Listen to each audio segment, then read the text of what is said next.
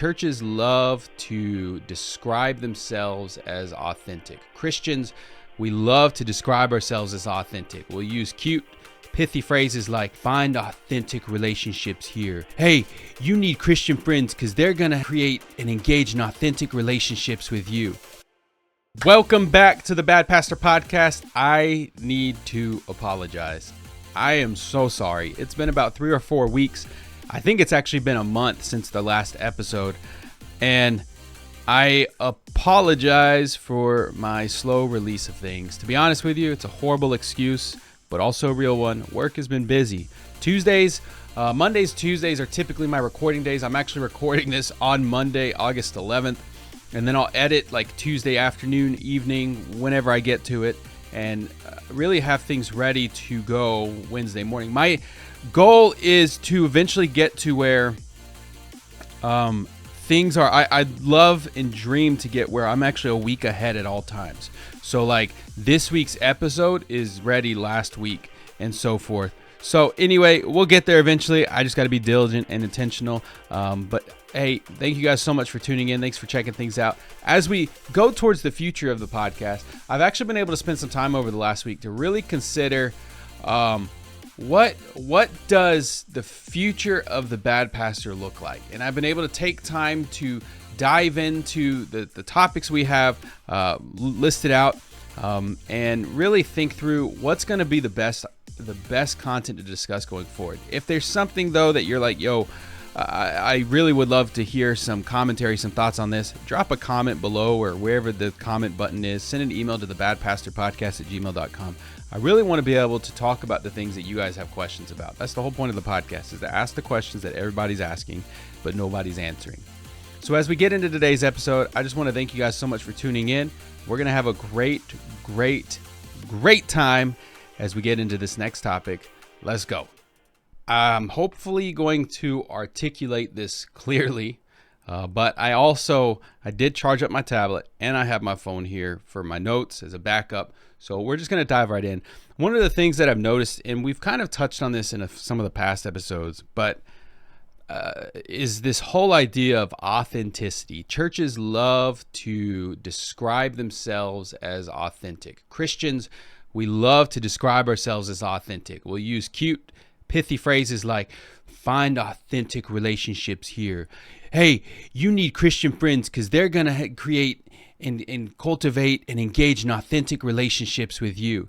And we really emphasize this idea of authenticity and authentic relationships, and this idea of engaging in genuine, authentic connections with one another.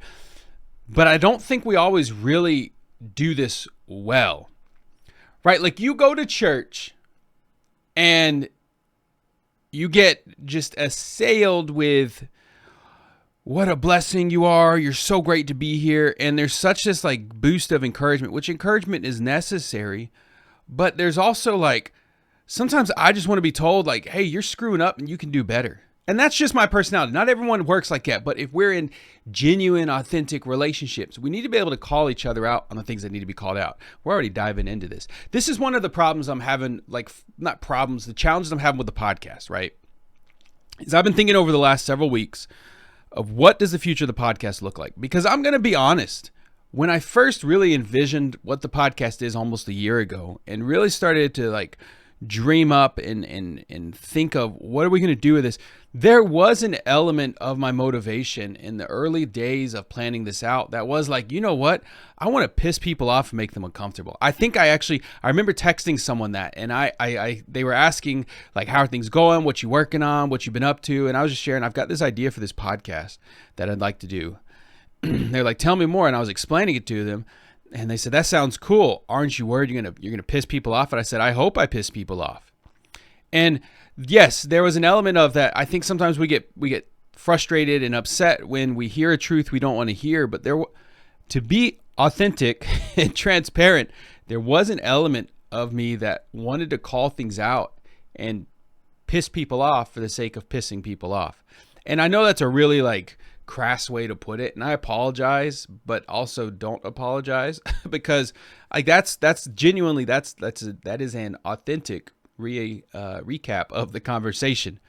at the same time, I think that we do get so comfortable with things that we fail to see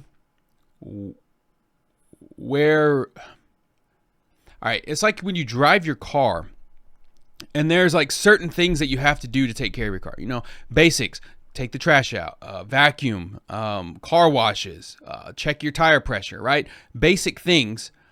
And then that you know, there's preventative maintenance, so oil change, tire rotation, replace your tires every however many miles when they get worn down, replace your brake pads, replace your rotors, flush your fluids, all these things, put gas into it. And what happens in our relationships is, if we're not intentional about the PM, the preventative maintenance on our relationships, we get stagnant and caught in the routine until something blows up, something jacks up, something gets messed up.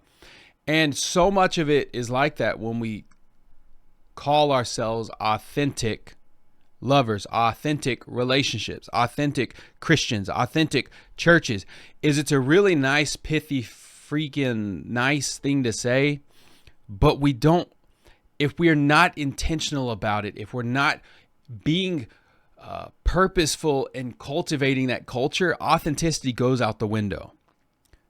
Like it's gone.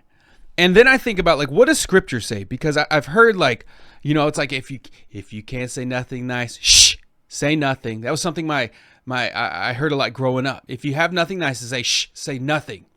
And it's ingrained in us that we should not say things that are not nice. And nice things are not always bad, right?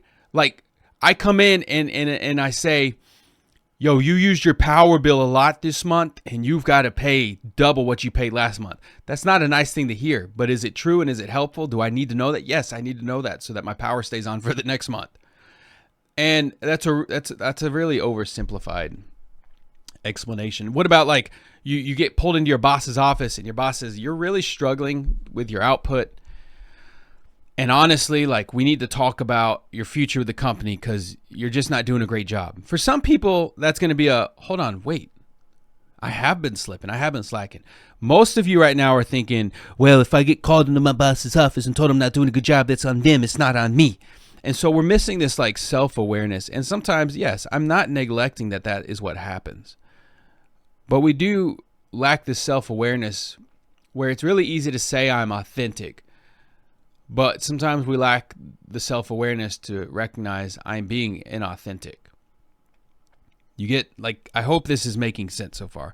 Let's dive a little deeper into it. See, there's this verse in Romans that says it says something like, love must be sincere, hate what is evil, cling to what is good. I'm like trying to go off my mind and what I like paraphrased here, but I've got my Bible right here.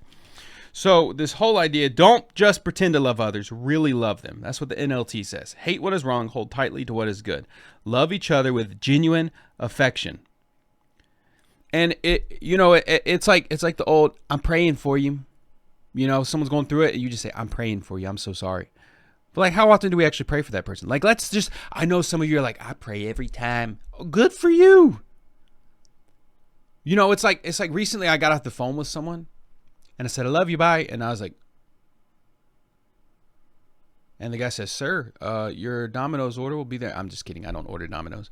But I have had times where I accident, it's like when you're a kid and you say, I love you, mom, to your teacher.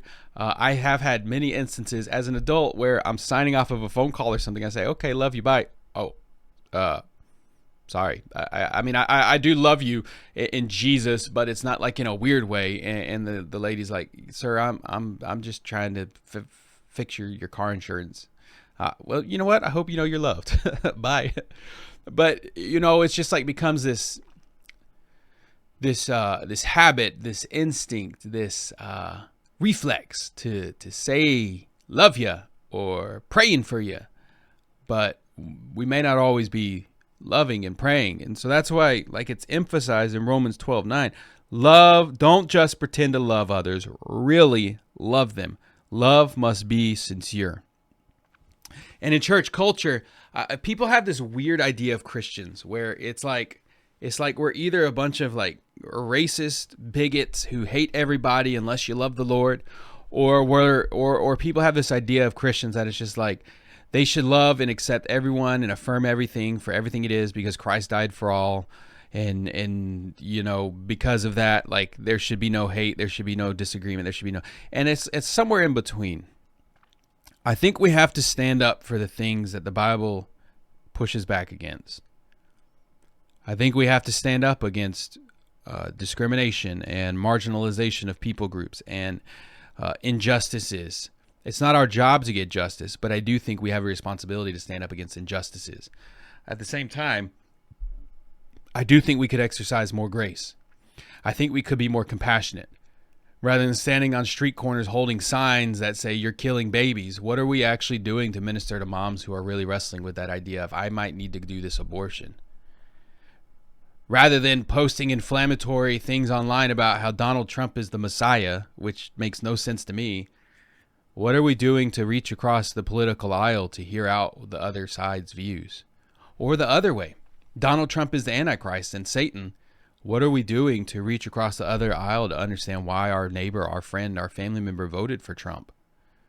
But it's like that with everything. We're so we tout this whole idea of how we're authentic, and yet we live so polarized. We speak about how we're interested in genuine, transparent, diverse, unique relationships, and yet we're not going to talk to someone who believes things differently than us. And we're trying to figure out, why don't people love Jesus? Why don't people want to come to church? But then we have this quote unquote authentic culture within Christianity that's not actually authentic. It's like the stereotype of churches I grew up in, where it's like the sweet old ladies that gonna talk about you behind your back when you walk away. What does real love look like? Like, what does it look like to really love one another? What does it look like to really hold tightly to what is good? I don't think we always really think about these things in our day-to-day interactions with people outside of the day-to-day or the week-to-week interactions with people at church. Because I understand the whole idea, like, of playing the part of I have to be this very graceful, loving person. You know, it's like the old pastor phrase, like EGR people, extra grace required. Some people just require extra grace. And I get that, dude. As a pastor, 100%, bro. There were people that needed more grace than other people. There were people where if the text or the email came through with their name, I was going to wait a bit to text back because I knew there was something that was going to be triggering. But man, I never wanted to go into an interaction and an engagement with someone that was inauthentic and dishonest. Like, I personally felt like my integrity and my word were always like at stake. Because if I sat here and I talked about authentic, so that's why if I don't like someone, I'm going to try to find a way to like them and love them. But at the end of the day, if I really just know I don't get along with someone, I'm just not going to interact with them. Out of love for them, I'm not going to interact with them. That's the thing about this whole authentic culture, is it almost speaks this idea that we are forced to interact with people even though we can't stand them. And yes, there is an element of grace. You should be loving. You should be compassionate. You should be merciful. But at the same time, you are not obligated to interact with every single person, especially if you don't like them. And someone needs to hear that. Because when you inauthentically interact with someone that you just disagree with, it's not authentic. You're not really loving. You're pretending to love them. And it's okay to love someone from a distance. There are people that have been in my life in the past and are no longer in my life. I still love them deeply. I don't interact with them. I don't engage with them. Because I also recognize that it is not going to be the healthiest thing for me to engage with them. Still love them, still hope they follow the Lord, but I don't have to interact with them because it's protecting my own heart. If my heart becomes wounded and I don't allow Christ to heal that, it's just going to continue to fester. And the Proverbs say something like bitterness is like fuel on a fire. I'm like super paraphrasing there, but this whole idea that we have to interact with someone to love them is a load of poo too, right? It's inauthentic. So how did we even get like to this this point where it's easy to get into these inauthentic engagements with people, right? I sound really professional saying inauthentic engagements. It sounds like a business, an organizational leadership structure type thing. I think there are a couple things I want to talk through here. One, like how does this keep happening? And then how do we recognize when it is happening? Because again, if it's like a continual thing we do, it leaks, right? Vision leaks. That's something I've heard a lot. And so if we're just continually like reinforcing this behavior and not really being intentional about it, gradually over time we'll slip back into a habit. That's why like going to the gym, I can't speak to this very well right now in my life, but I've been trying to ease back on what I eat, right? Trying to eat healthier things, my problem with eating is this. I overeat. Like I eat until I'm very full. And oftentimes it's when I'm like bloated and can barely move. So I've been trying to eat to a point where I think I've had enough food. Let's wait 15, 20 minutes and see how I feel then. And maybe I'll have a little more. What I find is 15, 20 minutes later, I'm like, I'm satisfied. Before I recorded this podcast for breakfast today, we had a bunch of friends over last night. We do this thing we've started called Family Dinner, and we just all get together once a month. We've done it twice now, so it's not like a full thing. So we hosted last night. My wife she marinated some Korean ribs, and we did some tri-tip steak on the grill, and then cut it up real thin. It was delicious. So for breakfast, I chopped up some onion, sauteed that, caramelized it real nice. Cut up some steak, threw it in there, scrambled 4 eggs. That's what I have for breakfast. Power breakfast, baby. Protein intake. And so I've been trying to eat more balanced whole meals with the intentionality of getting myself into this habit of eating that way. Because otherwise, I used to not eat breakfast, and I'd eat a light lunch, and then I'd gorge on dinner, and then 9, 10 o'clock at night, I'd come down to the kitchen and have a snack. Why am I sharing this? To show you that what I was doing before was maintenance mode. What I'm doing now is intentional building. And so it starts with what you eat, and then it extends to what you do. So what does this mean for faith? If we're not being intentional about consuming the Word of God, we can't be intentional about serving God's will.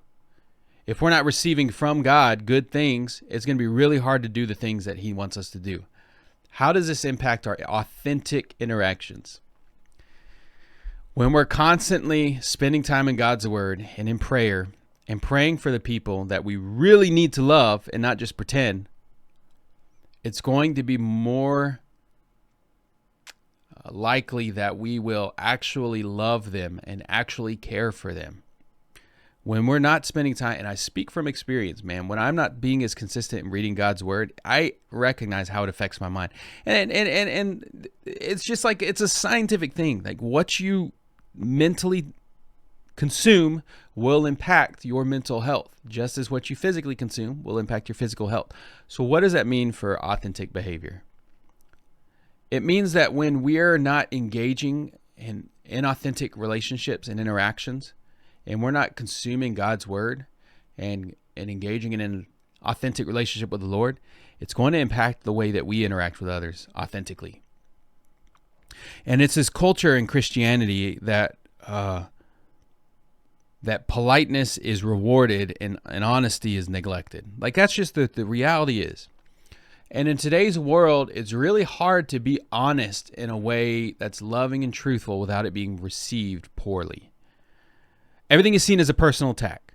And one of my core values as a leader, as an individual, one of the things I like if I were to pithy phrase it, is take it personally and make it personal. That when someone communicates something with me that they want to see me improve on, I'm going to take it personally in a way that's like, I'm trying to grow and this person is personally investing time into me.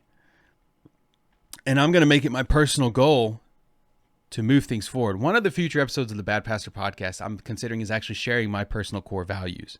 This is what I value as a follower of Christ. This is what I value as an individual. I wrestle with that because it's outside the normal content of the podcast, but I think it would actually be very beneficial for people to understand, like, This is where I'm coming from when I do the podcast. So then it's like, what does it actually mean to engage in these? It's like politeness does not equal righteousness. You can be polite to someone without, this is crazy. You can be polite to someone without reflecting the real nature of Jesus, right? It's like, does this shirt look ugly? Your shirt is showing things it shouldn't show. Yes, it absolutely looks ugly. But we're probably going to say, that shirt is dope, dude. That shirt is dope. Or girl, that shirt is so cute.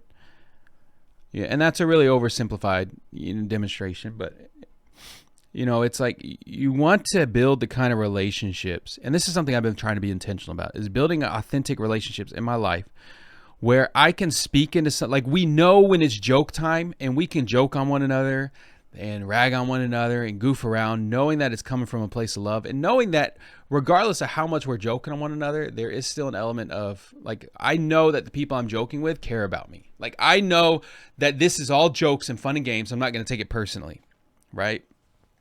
But also building relationships where if someone disagrees with me, and this is like really hard for me because I'm very prideful and arrogant, if someone disagrees, I want them to be able to say, I disagree with you. I disagree with you. And I can receive that and say, let's walk through that. Why? I remember it was about a little over a year ago. I was in a meeting with someone and with one of my team members that I led, and she looks at me and she goes, I think you're wrong. I think it's a horrible idea. And I said, why? She brought it up last night. So if you're listening, I'm not going to name you, but you brought it up. So it's on my mind. But it was funny because we had this interaction where I said, this is kind of what I envisioned something going. And she said, this is how I envision it. And she straight up said, what the heck is your deal? And I said, let's talk through this. I'm sorry. And I had to be a real, authentic, transparent, humble leader and say, I dropped the ball. I didn't lead you well. I didn't communicate well in this. I love you. Let's walk through this. This is kind of what I'm thinking. And we came to a point where we were we started on opposite pages and we ended on the same page because we have an authentic relationship. I always have tried to lead to have authentic relationships with my team. I come into meetings and I'm like dominating and all that, but I want my teams to be able to tell me like, hey, I disagree with you, or can we talk about this more? Can we think about this more?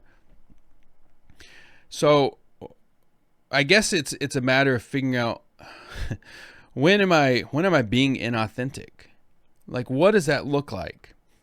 And I think there's like physiological indicators of when we're engaging in inauthentic and in inauthentic interactions. That's really hard to say well. There are physiological indicators when we're being authentic or inauthentic. If you share someone with someone and you have to hesitate, that's like key number one. But I think it's also just when like you recognize what I'm saying it's not that it's dishonest, it's just not real.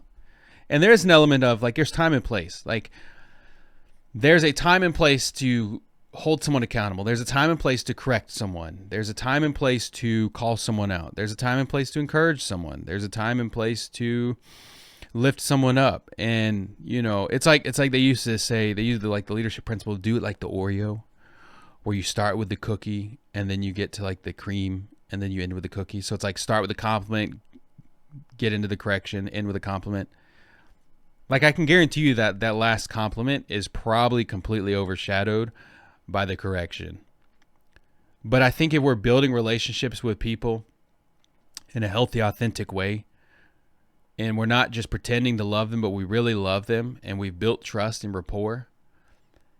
And this goes with when you lead people in any capacity as a you're leading a staff, you're leading volunteers, you're leading your family, you're leading your friends, you're interacting with your friends, you're in a small group, you're leading a small group, you're a small group member talking to a small group leader. Literally any interaction. When we built an authentic relationship of love and trust, it's a lot easier to have the hard conversations because I can go and have this conversation with this person, and this is like, I'm not great at this. I own where I have failed in this. right? And I've been trying to work on that in myself as a person. Is like, I want people to be able to feel comfortable calling me out on things, and I will listen and receive it. And I also need to be willing to, like, I am not the kind of person always, I love engaging in conflict. Like, it juices me up. I get like, yeah, like I just feel good about it. But at the same time, it's really hard because I recognize the challenges of engaging in conflict.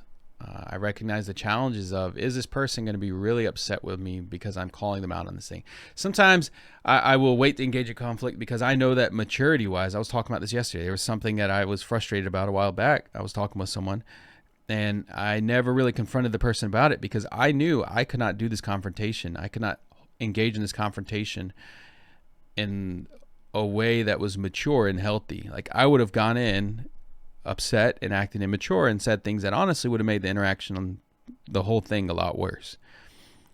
And I guess for me, there is an element of that where I feel a little inauthentic. And I probably should pray through the best way to approach that conversation. It's hard because the longer you get away from things like that, the harder it is to go back and confront them. But at the same time, like, we need to be able to confront the things that need to be confronted. This has been like a long, this feels, I'm going to pause here real quick and then we're going to wrap up. I'm sorry if this episode feels scatterbrained. I've been thinking on this one for a few weeks and there's so much meat to it that I feel I'm struggling to articulate this clearly. So I apologize if this just feels like a cluster mess. I'm going to wrap up here in a minute and maybe record another one today. I started following the Lord 20 years ago at the end of this week. And so I'm going to do an episode about my story of faith. And I've got a few other kind of side episodes I want to do. But I'm trying to be authentic here. I feel like I'm delivering this poorly. But I'm going to go with it. We're going to upload this episode. Let's dive into the meat. Let's wrap this bad boy up. Cue the music. If you're hurt and frustrated because you feel like most of your interactions with church people, Christians, your Christian friends, your Christian family, if you're hurt and frustrated or bitter because of the way your interactions have been, I am so sorry. Not even as a pastor, just as a follower of Jesus, I am so sorry. If you find that you're frustrated with your friendships because you can't feel authentic around them, like you really don't feel like you can be you can be honest, you can be open, you need to find new friends. It's like Romans 12 says, don't just pretend to love them, really love them. And I think that we could use more intentionality as human beings and just really loving people. As Christians, really loving people. Because what I'm seeing Christians start to do, like church people start to do within the faith, the people group of Christians, of followers of Jesus, is I'm starting to see lines drawn in the sand. And people being hesitant to interact with people who don't know the Lord because they're just not going to listen. Or people hesitant to reach people far from God because maybe someone else, like the whole idea of nobody else is coming. And I'm really like trying to figure out practically, how do we resolve this type of thing where we can love one another, hate what is evil? So I guess what we need to do is spend time praying and thinking through, how do we best love one another? How do we best authentically engage with our brothers and sisters? Because the reality is, there are people where no one else is coming. And what we show someone who doesn't know Jesus may be the thing that helps them to decide to engage with followers of Jesus. And this is the thing, we don't realize how easily people pick up when someone's being inauthentic. Like teenagers, this was my favorite thing about working with teenagers. Teenagers could sniff out inauthenticity like crazy. Teenagers could pick up when an adult genuinely cares about them versus this guy's just trying to be cool. I found so much more success when I was a youth pastor, when I owned that I'm a freaking boomer, than when I was trying to be hip and cool and almost like friends with the teenagers. I think that's one of the things people get wrong. And we've got a whole episode about youth ministry we're working on, and children's ministry and men's ministry and women's ministry and all the ministries. We're going to tackle it all. That's one of the things I always valued about teenagers. They could sniff that out in a heartbeat. They could figure out real quick if you were being authentic or inauthentic. And I loved that about working with young people. But I think people in general can sniff that out. So when you're interacting with people, it's being intentional. Like if you don't like something, it's okay to express that. If you disagree with someone, it's okay to express that. If they disagree with you, it's okay to express that. It's so awkward when you're in an engagement and you know the other person.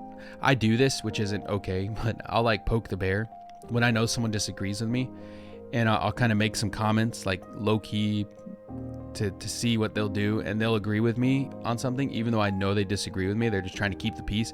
It's not authentic to keep the peace. Sometimes in order to reach, that's the paradox of peace, is in order to actually achieve peace, there has to be some chaos. Peace is only found in conflict. You know, the Philippians 4, it talks about pray about nothing, worry about nothing, pray about everything with gratitude. Let your requests be made known to God. And we know that it says like he will grant a peace that surpasses all understanding. You only get that peace that surpasses all understanding in the midst of worry. And so to find engagement, authentic engagement in our friendships, relationships, we've got to be willing to step into some conflict and value one another's differences. Value that person disagrees with us but still loves us, because we don't need to pretend to love. We need to really love them. So be real, be honest, be open. Sure, be kind, but not at the expense of being honest. Most of all, really love them. That's all I got for you this week. We'll see you in the next one. Let's go.